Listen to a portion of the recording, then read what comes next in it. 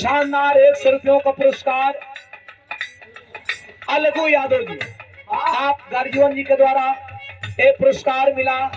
आपके द्वारा कोट कोट प्रणाम बा और बड़ा सम्मान, बड़ा दुलार। और हमारे आदरणीय फूफा जी, बड़ा सम्मान, बड़ा दुलार, बड़ा स्नेह मिलता है। वो ठीक है, बड़ा सम्मान हमारा आधा लोग तो ये बैठल बा काजी, बड़ा सम्मान से, बड़ा दुलार से ये शानदार 200 रुपया पुरस्कार आया है हमारे फूफा जी।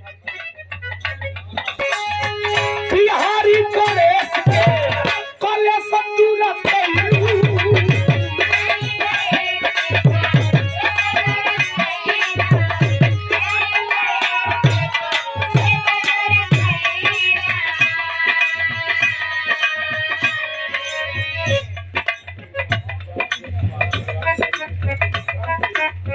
गुरु मोहम्मद ब्रास बैंड पार्टी करी के धरती से रे वाह, आप ही का वाह। आप लोग भी सलामत रहे। अभी जो नृत्य पेश हुआ, आपके बैंड के लवंडा बहुत सुपर वाह। अरे करत रहा बूढ़ो जाकर नंबर दे, हमको नंबर लेके का करबो, गलत एगो लड़का को बियाह करे के करो।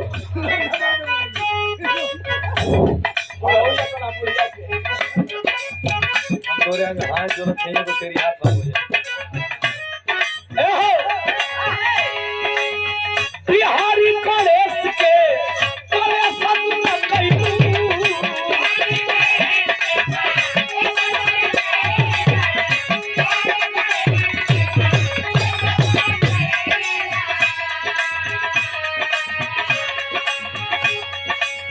बिहारी गणेश के कले सतुरा कहिलू राम देव चंद्रिका के, राम देव चंद्रिका के स्वर में समहिलू राम देव चंद्रिका के।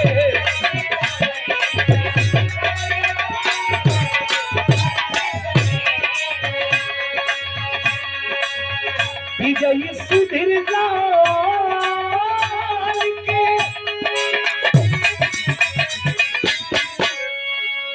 अरे विजयी सुधीर लाल की चुनरिए ओढ़ावे